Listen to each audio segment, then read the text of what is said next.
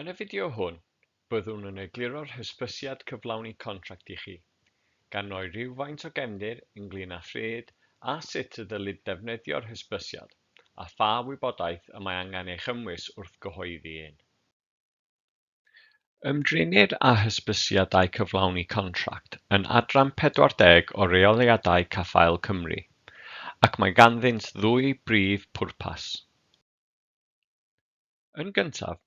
mae'r hysbysiad yn cofnodi perfformiad y cyflenwr yn erbyn y dangosyddion perfformiad allweddol cyhoeddedig. Cyn ymrwymo I gontract cyhoeddus gyda werth o dros 5 miliwn, fel arfer bydd rhaid I awdurdod contractio osod o leia 3 dangosydd perfformiad allweddol mewn perthynas â'r contract. Gall awdurdod contractio benderfynu nad yw dangosyddion perfformiad allweddol yn berthnasol I contract, os yw'n ystyried na ellir asesu perfformiad y cyflenwr yn briodol drwy dangosyddion o'r fath, ac os felly, nid oes rwymoedigaeth I osod a chyhoeddi dangosyddion perfformiad allweddol. Nid oes angen cyhoeddi dangosyddion perfformiad allweddol ar gyfer rhai mathau o gontractau, sef fframweithiau, contractau cyfleustodau sy'n cael eu dyfarnu gan gyfleustodau preifat, contractau consesiwn, a chontractau cyffyrddiad asgafn. Ail bwrpas y hysbysiad yw cofnodi gwybodaeth sy'n ymwneud ag unrhyw achos o dor contract difrifol. Ond cofiwch,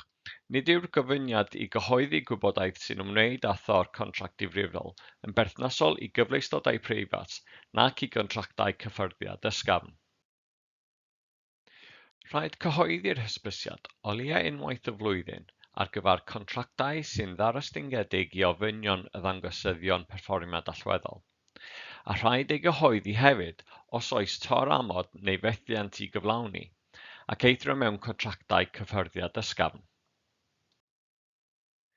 Mae cyhoeddi dangosyddion perfformiad allweddol a gwybodaeth am dor contract yn rhoi trylwydder I awdurdodau contractio a'r cyhoedd am perfformiad cyflenwyr. Mae hyn felly'n rhoi ffynhonnell o wybodaeth I awdurdodau contractio am pa gyflenwyr sy'n rhwym wrth y sail ddisgresiynol dros wahardd am dor contract a pherfformiad gwael, ac o ganlyniad bydd yn caniatáu I awdurdodau arfer eu disgresiwn yn well mewn perthynas â'r sail hon. Nid yw'n ofyniad cyhoeddi perfformiad dangosyddion perfformiad allweddol a thor contract difrifol ar un hysbysiad, a gellir cyhoeddi'r wybodaeth hon dros nifer o hysbysiadau cyflawni contract. Mae rhaid cynnwys yr wybodaeth ganlynol wrth gyhoeddi hysbysiad cyflawni contract I adrodd am berfformiad yn erbyn dangosyddion perfformiad allweddol. Na fydd angen yr holl wybodaeth hon bob amser, a dylai awdurdodau gyfeirio'n uniongyrchol at y rheoliadau a'r canllawiau cysylltiedig, gan mai dim ond fel canllaw cyffredinol yw'r wybodaeth hon ar gyfer gofynion yr hysbysiad. Yr wybodaeth angenrheidiol yw gwybodaeth am yr awdurdod contractio, teitl y caffaeliad, y cod adnabod unigryw sy'n ymwneud â'r caffaeliad, y cod adnabod unigryw sy'n ymwneud â'r contract, manylion y dangosyddion perfformiad allweddol sydd wedi ei gosod yn unol ag adran 52 o'r ddeddf. Datganiad bod yr hysbysiad yn cael ei defnyddio I nodi asesiad yr awdurdod contractio o berfformiad yn erbyn y dangosyddion perfformiad allweddol. Gwybodaeth am bob cyflenwr y mae ei berfformiad wedi ei asesu, fel enw'r cyflenwr, cyfeiriad post cyswllt, a'r cod unigryw ar gyfer y cyflenwr.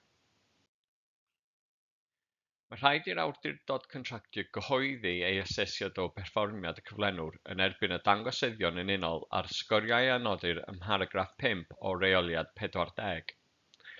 Y graddau hyn yw da, nesau at y targed, angen gwelliant, anigonol neu arall.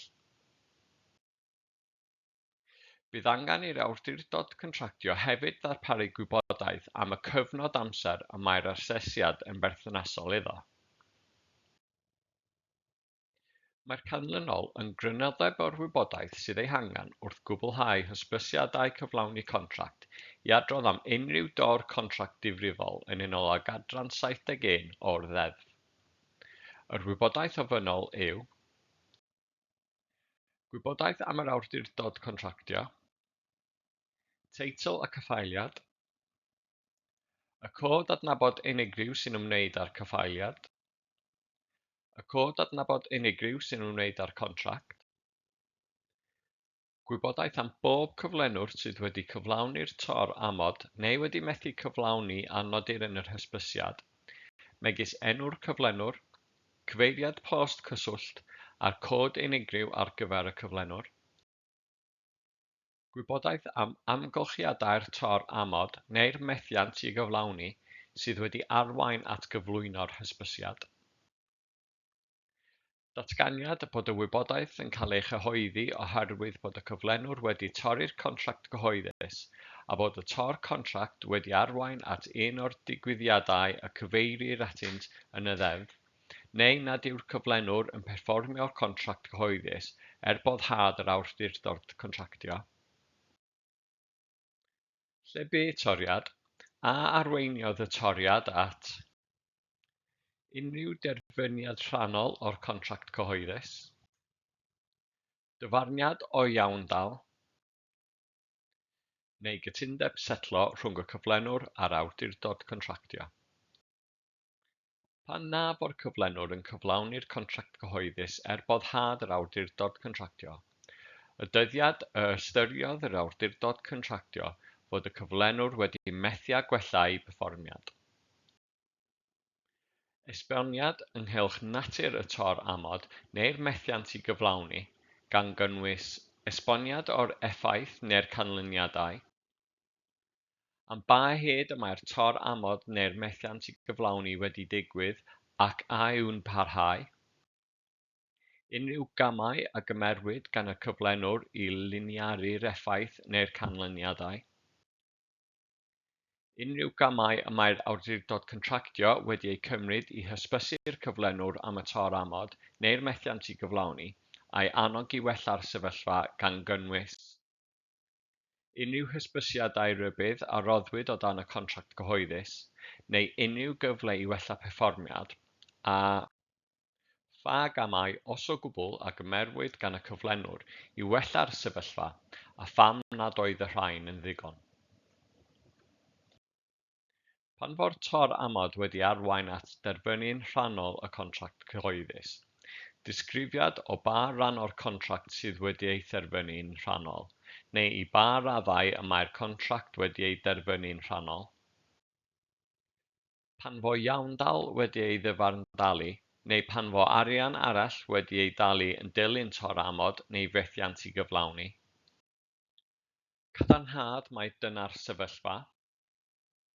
swm yr iawndal neu arian arall, y sail y cafodd unrhyw iawndal ei ddyfarndalu neu y cafodd unrhyw arian arall ei dalu arni, a phan fo cofnod wedi ei wneud o benderfyniad llys neu dribiwnlys ynghylch y ganfyddiad bod tor amod wedi digwydd, dolen i'r dudalen we lle gellir cynhyrchu'r penderfyniad neu copi o'r penderfyniad. Diolch yn fawr iawn i chi am wrando.